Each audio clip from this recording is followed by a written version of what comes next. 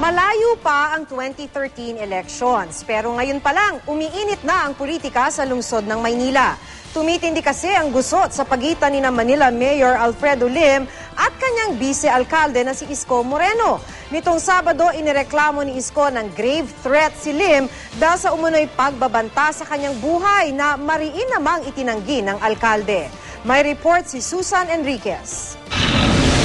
Hindi pa natutuldukan ang sagutan ng dating magkakamping sina Manila Mayor Alfredo Lim at Vice Mayor Isko Moreno.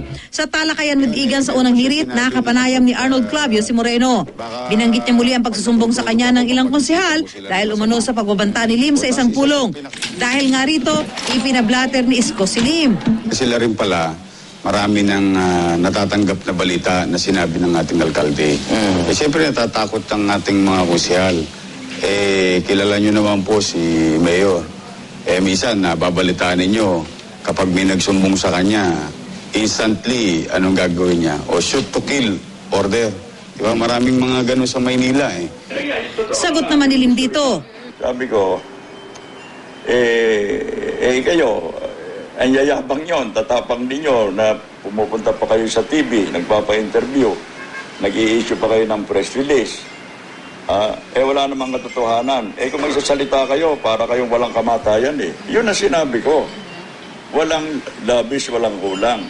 Nagugat ang alita ng ireklamo ni Moreno si Lim sa korte ang di raw pagpapasweldo at pagsibak ni Lim ng ilang empleyado sa Manila City Hall. Figure of speech yun Hindi ba pangkaraniwan naman yun? Ewan ko, kung hindi nila na-experience yun. Pero ayon kay Moreno, palusot lang ni Lim ang figure of speech. Figure of speech na yan, subconsciously, iniisip po yan ng alkalde na pinagpaplanuhan tayo. Kaya lamang dala ng galit, dala ng panggigigil, na slip of the tongue. Yung bang yung subconscious mind mo, bigla mo tuloy nasabi. Pinag-aaralan daw ng kampo ni Moreno ang pagsasampa ng kaso laban kay Lim. Hamon naman ang alkalde, bakit pagpapablatter lang ang ginawa ni Moreno at hindi pa tuluyang nagsumite ng sworn statement kung may malakas talaga silang ebidensya. Dating magkaalyado sina Lim at Moreno. Pero sumanib na si Moreno kay dating Pangulong Joseph Estrada na nag-iisip na kumandidatong mayor ng Maynila sa 2013 elections. Susan Enriquez, GMA News.